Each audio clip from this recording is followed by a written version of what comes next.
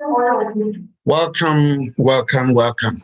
Welcome to our broadcast today, and welcome to your family's mental wellness. My name is Victor. Today we are going to be talking about coping skills, coping strategies, surviving mechanism, whatever you call it.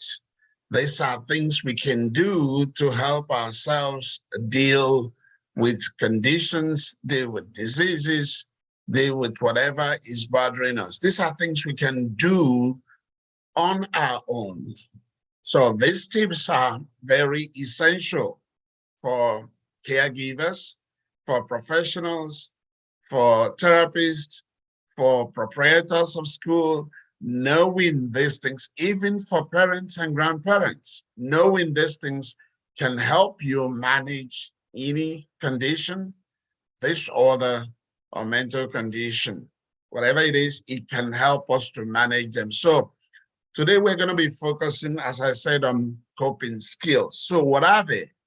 Coping skills are things we use to manage symptoms. So the question is, what is symptom? A symptom is a physical or mental problem that shows up as a result of either a disease, a condition, a disorder, whether they are diagnosed or not. Conditions will be things that are temporary. It hasn't been diagnosed yet. So these are things we use to manage them. So oftentimes, as a professional, that's what we deal with. We deal with the underlying disease or disorder, and then we deal with the signs. For me as a therapist and for you as a helper, what you deal with is the signs. The underlying things are generally dealt with medication and psychiatrists. So how do we proceed when we have something that is bothering someone or someone that we are helping, whether they are already officially diagnosed by a psychiatrist or MD or not? If the signs are there, that's the first thing we do. We send them to get a diagnosis if they can. So we know what we are treating. Is it anxiety? Is it depression? Is it bipolar? Is it schizophrenia? Is it personality disorder? Is it ADHD? What is it that we are dealing with? Knowing those things can help us to know what coping skills to prescribe or to recommend. So that's where we start from. If they already have a diagnosis, someone comes to you and they say, yeah, I've been diagnosed with major depressive disorder. That's what I have. So you've passed stage 1. So we go to stage 2. For MDD, which is major depressive disorder, there are slews of symptoms that people who suffer from depression show. They don't all show all of them. They may show 3 or 4 of slews, many signs and symptoms that are manifest when people have depression. So I'll give you some of them. It's not exhaustive, but these are the ones that come very frequently and that I remember. So number 1 will be sleep disturbances. Number 2 will be lack of appetite. In other words, having problem eating or eating a lot. Number 3 will be having low energy, lethargy, fatigue. They can't get up out of bed. And number 4 may be lack of interest in things that they used to enjoy. And it could go on and on. It could go even into feeling like dying, suicidal ideation. There are many of them. So I said, it's not exhaustive. I can't exhaust all of them here. That's not the focus here. So once you've identified what symptoms that these people or this person is manifesting, remember, the first leg is to know what you're dealing with, which is a diagnosis. The second leg is to know what is manifesting. What is this person suffering from? We know what the diagnosis is. What are they manifesting? If it's sleep disturbance, that's something that for me as a clinician, I take very seriously. I just believe that unless you address the sleep disturbances, you're not going to be able to get a traction on any other coping skills that you recommend. So we gotta deal with the sleep issues. We have to. So, and oftentimes is dealt by a prescribing physician. They provide medications for it. Think about it. If your client is sleeping only 2-3 hours a night, they're gonna be irritable or sleepy in session. So they're not hearing what you're saying. Even if they force themselves to hear what you're saying, they are not comprehending. And by the way, one of the signs of depression is also lack of concentration. So lack of focus, difficulty focusing on things. So if that's what they have, and now they are struggling with sleep, so you know that makes it very, very difficult for them to hear what you're saying. Even if they struggle to hear you, to now go home and apply that under that condition, that makes it difficult. So I try to manage the symptoms according to their order of priority. Number one thing will be sleep. What do I do? Make sure the person has a prescription for sleep. What do I do again? I will teach about sleep hygiene, establish routine. And I can tell you, especially with kids, I've had a lot of success dealing with kids who have ADHD, just helping them to establish routine. Go to bed early, wake up early, make sure you get 8-9 hours of sleep for kids, and then plan ahead. Once we establish that, a lot of kids begin to settle down. They begin to settle down under that routine. They are going to resist the routine. So that's what we do. You know the symptoms, you begin to attack those symptoms, recommend things to attack those symptoms. So once I've addressed sleep disturbances, I tend to go, depending on the other things that the person has, I tend to go into trying to build energy, attacking anhedonia. What is that? The lack of interest in the things that the person used to enjoy. How do I do that? Get them out of bed. It may not be a whole lot of things. Get them out of their room, wherever they are isolating to. Get them moving to do other things. Move from the bed, go to the kitchen, go to the living room. Whatever step they take away from the isolating spot is a progress for me. So we begin to re-engage in things. How do I do it again? I might recommend taking 30 minutes walk, because that kind of solves a lot of problem. One, it's exercise, which is good for them. Two, it's getting away from bed, which is good for the person. Three, breathing fresh air and seeing life again. And reconnecting with life again is how I deal with lack of interest in the things that they used to enjoy. One mistake that a lot of clinicians make is to try to get them to the things they used to enjoy and hope that it will spark it. Obviously, that works sometimes, but I just want to get you out of the bed, out of the room, to doing something. 30 minutes walk 3 times a week has always been my recommendation. Obviously, if you are recommending it to someone who is elderly or someone who has other co-occurring disorders, you want to make sure that they have their doctor's they consult their doctor, and the doctor clears them to do exercise. That protects you and protects your client. Even if they seem like they are all healthy and all that, you want to say, talk to your doctor and see if you are ready for exercise. If your doctor clears you, I need for you to exercise 3 times a week. Nothing major, nothing weightlifting. Just take 30 minutes, walk 3 times a week. That often does wonders. So that's attacking sleep. That's attacking anhedonia. What else do I address in that? Eating. Make sure that they eat well. And then I try to establish a routine. All my clients go through a session of scheduling and establishing routine. We're going to look at you 24 hours. And how do I do it? I'll ask my client, tell me, give me a rundown of what you've done today from the time you woke up to now that we're here and what you plan to do for the rest of the day. If they say, well, I really don't have a plan for the rest of the day, I'm just going to go home and rest. Tell me what you did yesterday. So what am I trying to do? I'm trying to get an idea of how they spend their day. And then we are going to have a schedule from 7 a.m. to 8 a.m. What do you do? That's wake up time, breakfast time. 8 to 9, what do you do? 9 to 10, what do you do? And then we cover the whole day.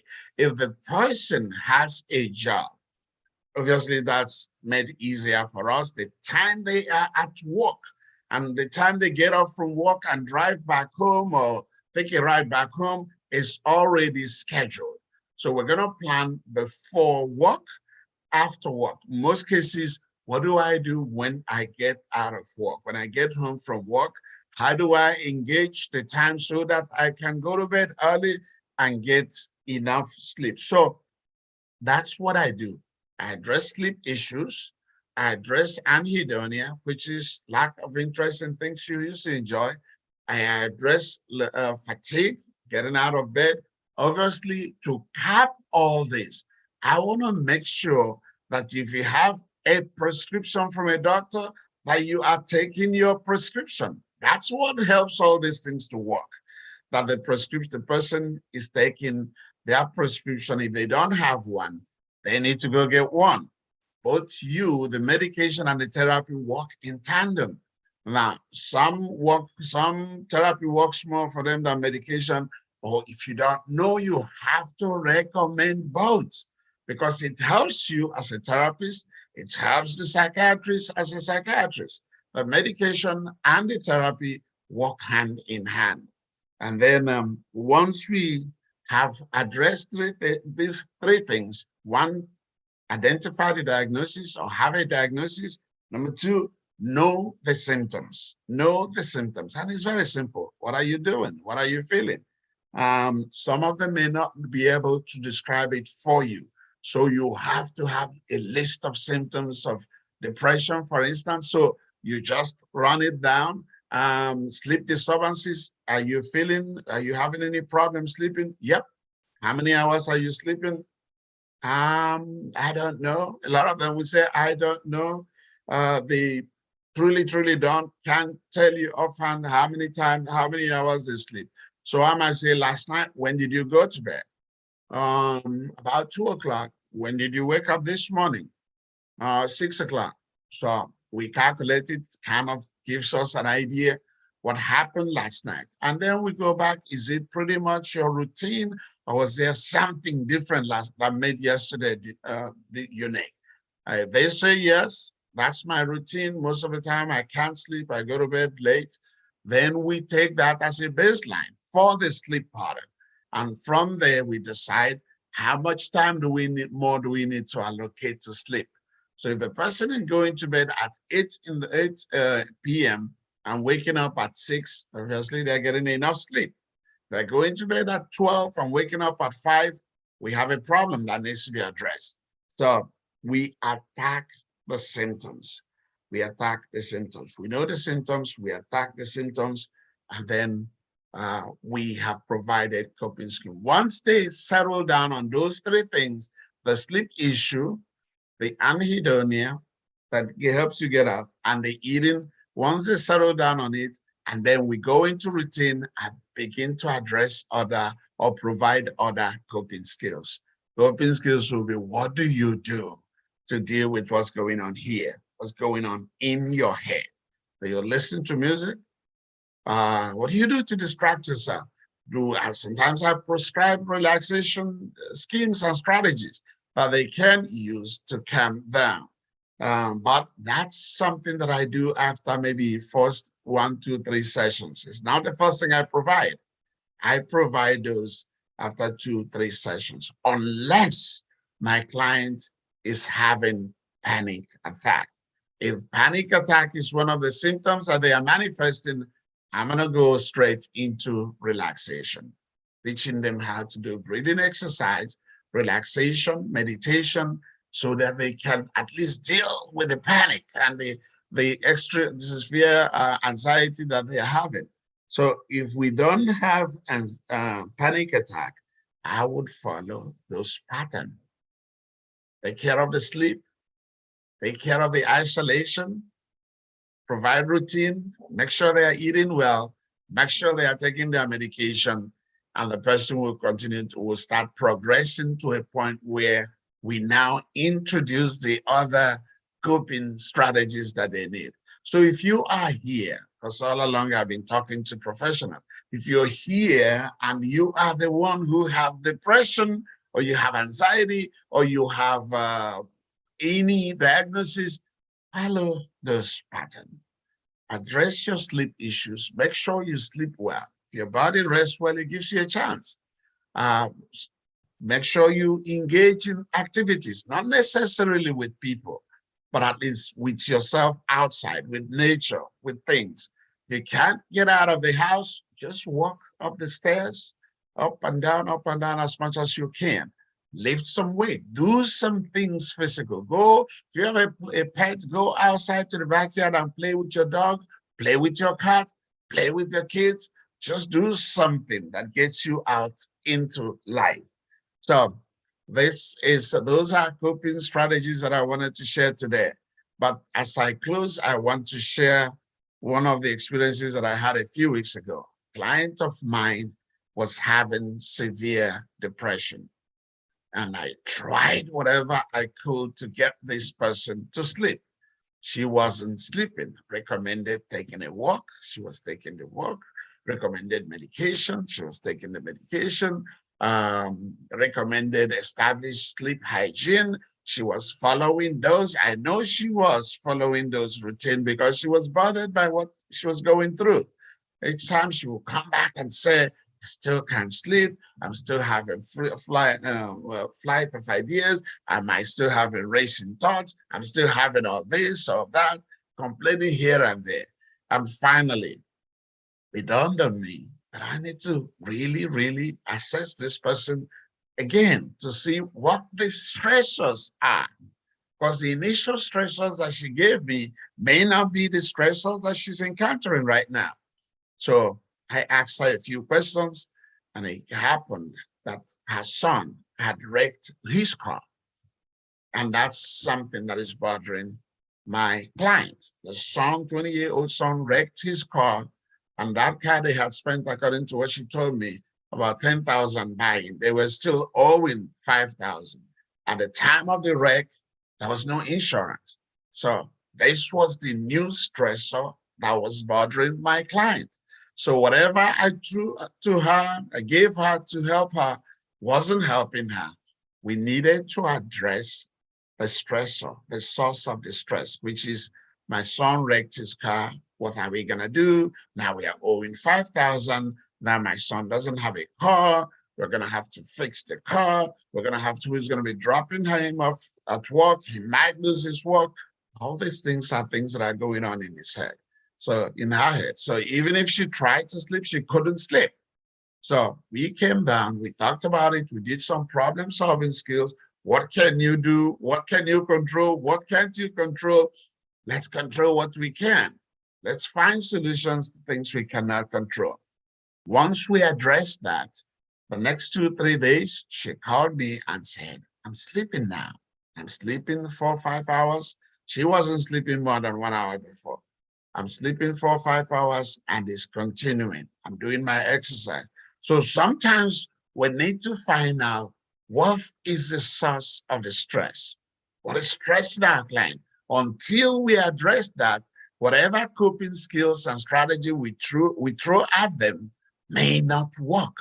So I did that with my client, that worked. So if you are having issues with coping skills being effective or ineffective coping skills that you're recommending, perhaps you gotta change style and ask your client what's going on in their life.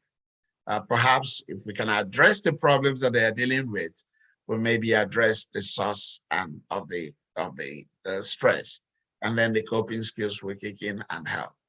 This is all I have from me and us at TIMFA, the Institute for Marriage and Family Affairs. We say good morning, God bless you, and bye-bye.